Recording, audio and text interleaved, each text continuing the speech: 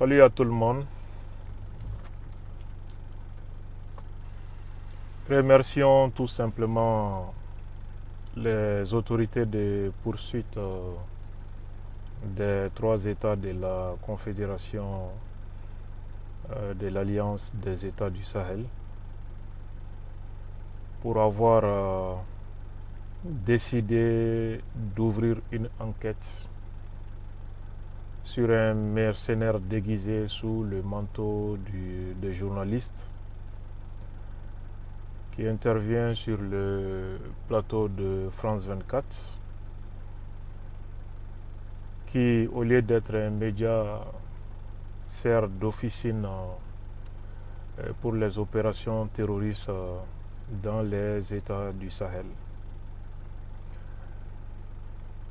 Ça fait plusieurs semaines que je n'ai eu cesse de dénoncer les agissements de ces mercenaires au service du Quai d'Orsay, qui passent son temps à promouvoir les actions terroristes, à mentir sur nos armées, à chercher par tous les moyens à donner une certaine légitimité aux actions terroristes.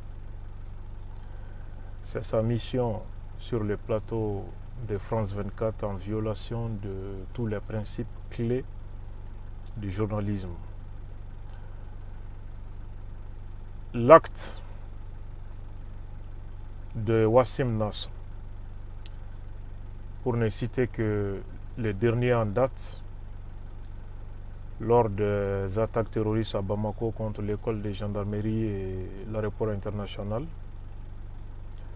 où il s'est illustré par des communications étonnantes, déconcertantes au profit des hordes de terroristes, poussant l'outrecuidance jusqu'à affirmer publiquement être en contact avec les assaillants au moment où ceux-ci attaquaient les emprises militaires et d'autres sites sensibles de la capitale malienne. Cette déclaration de sa part a des implications d'ordre juridique, éthique et sécuritaire.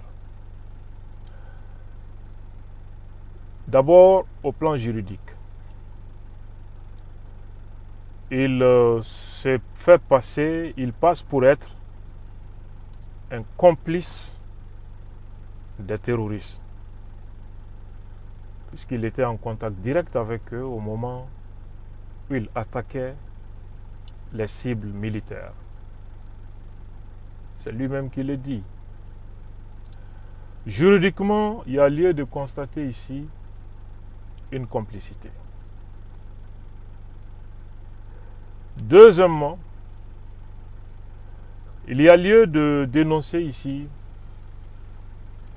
la responsabilité du média où il intervient. Du point de vue éthique journalistique, il viole un principe fondamental du journalisme. Être en contact avec les groupes terroristes au moment où ils attaquaient un site sensible, une emprise militaire, n'est rien d'autre qu'un soutien, ne serait-ce qu'indirect, à ces opérations terroristes. Les terroristes l'utilisent pour manipuler l'information, pour manipuler l'opinion et pour donner une légitimité à leurs actions. C'est pourquoi ils sont en contact avec lui. Or, le journalisme est fondé sur le principe de neutralité et de l'indépendance qui sont en souffrance ici à cause de cet agissement inacceptable. Il s'agit quand même du terrorisme. France 24 qui affirme sournoisement qui affiche son soutien à un tel journaliste, va jusqu'à dire que non, c'est un journaliste qui recoupent l'information auprès de toutes les sources. Même auprès des terroristes. Et là, ils évitent de dire y compris les terroristes. Ils préfèrent dire plutôt y compris les gouvernements de ces États. Mais pourquoi ils n'ont pas ajouté y compris les groupes terroristes auprès des groupes terroristes? Parce qu'ils savent que du point de vue éthique, ça ne passe pas. C'est vous qui le dites que vous nous avez appris à compter. Donc, après nous avoir appris à compter, il ne doit donc plus être possible pour vous de nous faire admettre que 2 et 2 font 7. Mon confrère Amadou Ampate, mon compatriote Amadou Ampateba a eu à vous dire ça une fois au siège de l'UNESCO. Au plan sécuritaire, l'acte de Wassim Nasr porte atteinte à la sécurité nationale. Dans le feu de l'action, toutes ces publications visaient à guider l'action de ces terroristes, à donner des informations sur la position des femmes,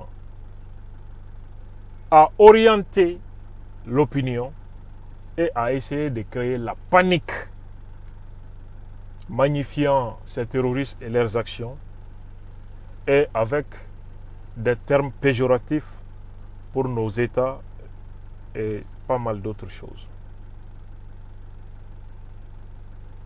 Puisque France 24 appartient à un État, je pouvais ajouter une implication diplomatique, tenant compte de cet aspect-là.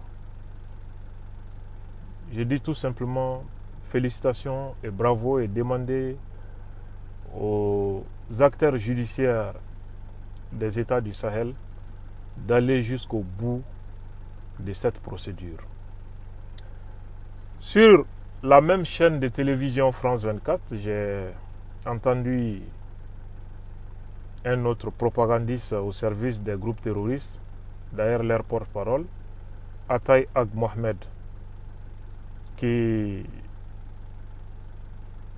tarissait quand même de termes péjoratifs pour cribler des balles les autorités du Mali, faisant comme si l'État du Mali est contre une partie d'une population, etc.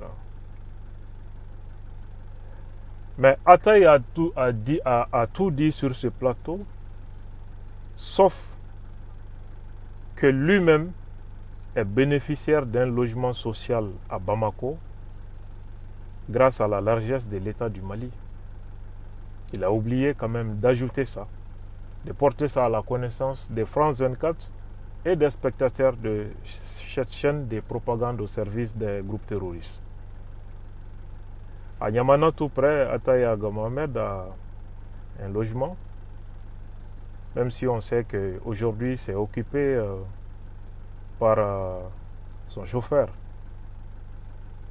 L'État du Mali a accordé toutes ses faveurs ici. Et malgré tout, c'est vous qui parlez comme si vous n'avez rien bénéficié au Mali. C'est quand même ingrat. C'est la même erreur qui est arrivée à mon cher ami Fahad Ag Al-Mahmoud, que la jeunesse du Mali considère beaucoup, qui était quand même apprécié et aimé. Moi, j'espère vivement que mon cher ami Fahad revienne à la raison. La jeunesse malienne a beaucoup de respect pour ce jeune qui est valable et malheureusement qui prend le chemin de l'aventure aujourd'hui. Donc soyons dignes sur les plateaux internationaux. Et si vous pouviez savoir et mesurer le mépris de ces Occidentaux vis-à-vis de vous, vous cesseriez d'être méprisant envers vos propres frères. À bon entendeur.